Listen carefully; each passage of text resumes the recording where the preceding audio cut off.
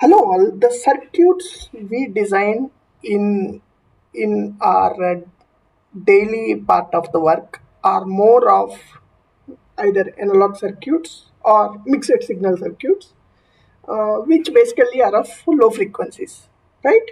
So for these particular circuits, engineers what they do, they use the spice simulators, which basically are the simulators which have circuits drafted in them, and or engineers draft them, and each component in that particular circuit is represented by a spice model. So these spice models are nothing but basically the description of that particular component, the technical description, or the the characteristics of that component. So engineers regularly use these spice simulators for simulating the analog and mixed signal designs, and these spice simulators which are very commonly used are pspice and ltspice. So if you are an engineer who haven't worked on high speed designs yet, and you have continued from your academics to the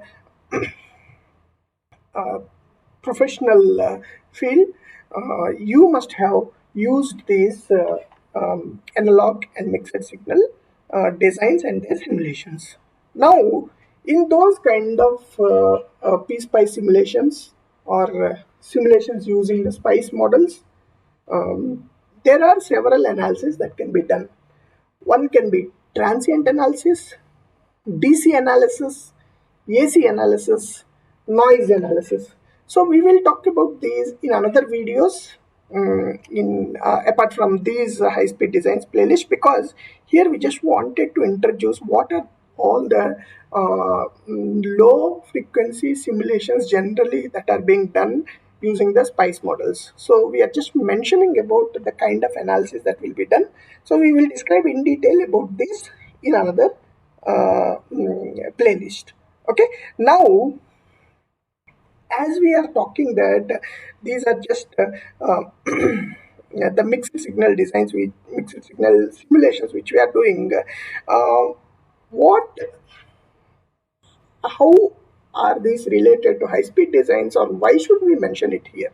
So basically the spice models that we are talking is more of low level circuit level models, okay, which are generally a low frequency circuit models, or the simulations that are done on these models are low frequency models. When we say low frequency, we can say up to 100 megahertz here.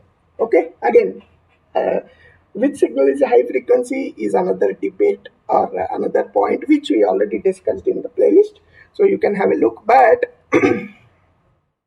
the spice models, which are used by the spice simulators, are generally for the low frequency simulations. Now if we are talking about high frequency designs, okay, so when we are talking about high frequency designs, these spice models may not be enough, because simulating using spice models is a tedious thing. It takes a lot of time for the simulations to happen. So one point here is, when we go for high speed designs, it is more of behavioral model of the component, especially the IO behavior will be model will be used for high speed simulations. So clearly there is a segregation between what kind of models can be used for low frequency designs, what kind of models are generally used for high frequency designs. So that is what we wanted to bring here. In another video we will also talk about